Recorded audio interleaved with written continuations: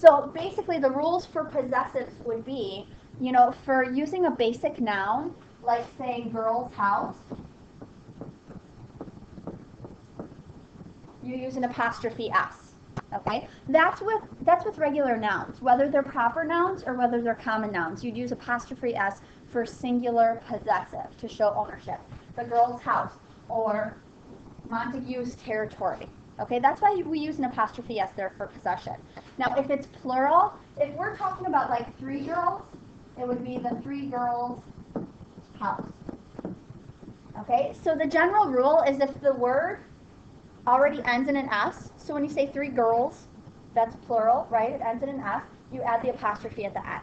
That's the very basic rule, okay? Girl, if you're saying the one girl, that doesn't have an S typically, so when you're adding the girl's house, you add the apostrophe S. Okay, so that's the basic rule for possession with regular nouns. Now, when we talk about pronouns, what are some examples of pronouns? Pronouns take the place of nouns, right? So what are some pronouns? Well, what are possessive pronouns? His. Okay, his book, right? So let's use book. So we'd say his book. Notice there's no apostrophe. Who else could own the book? Her. Her book. Okay? Who else? What's that? Its book. No apostrophe. Okay? This is the key. A lot of times when students say its, like the bird fell out of its nest, that's possessive, right? A lot of students will write its like this because you think apostrophe means possession. Okay, but with pronouns, the apostrophe just signifies what? A contraction, good. So the apostrophe with a pronoun would be it is. Okay?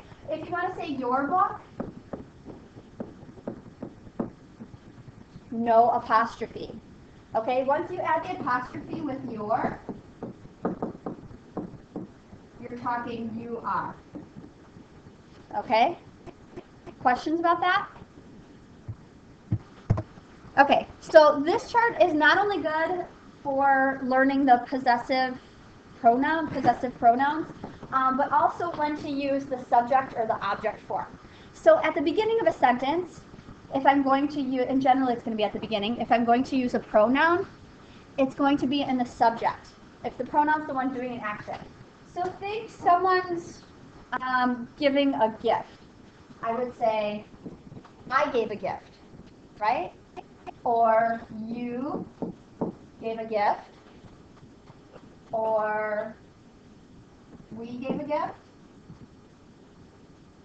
he or she gave a gift, they gave a gift, it, and then we could also say who gave. This will help you guys determining who versus whom. Okay, if the gift was given to me, right? It was given to me. The gift was given to you.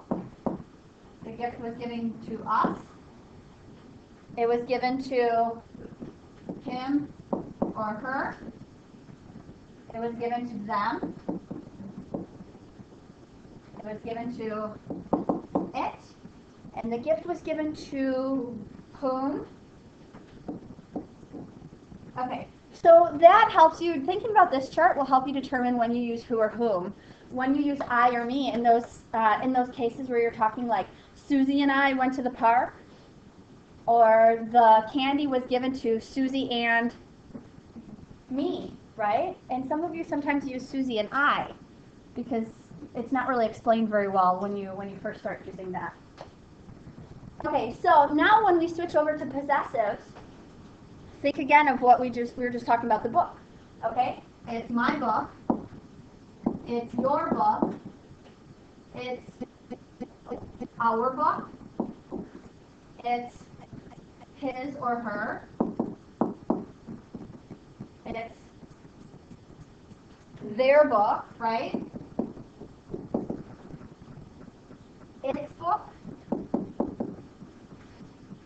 And whose. How do I spell whose? Okay, notice possessive, not one apostrophe. Okay, but there are lots of pronouns where I would use apostrophes. Think about this one. I'm, I am. You're, you are. We're, we are. He's or she's. He is or she is.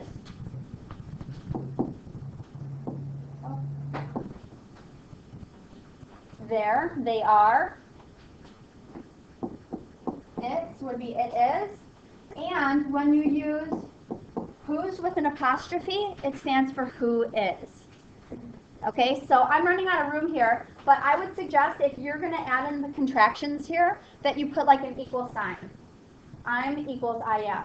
You're with an apostrophe equals you are. Okay, does anyone have any questions?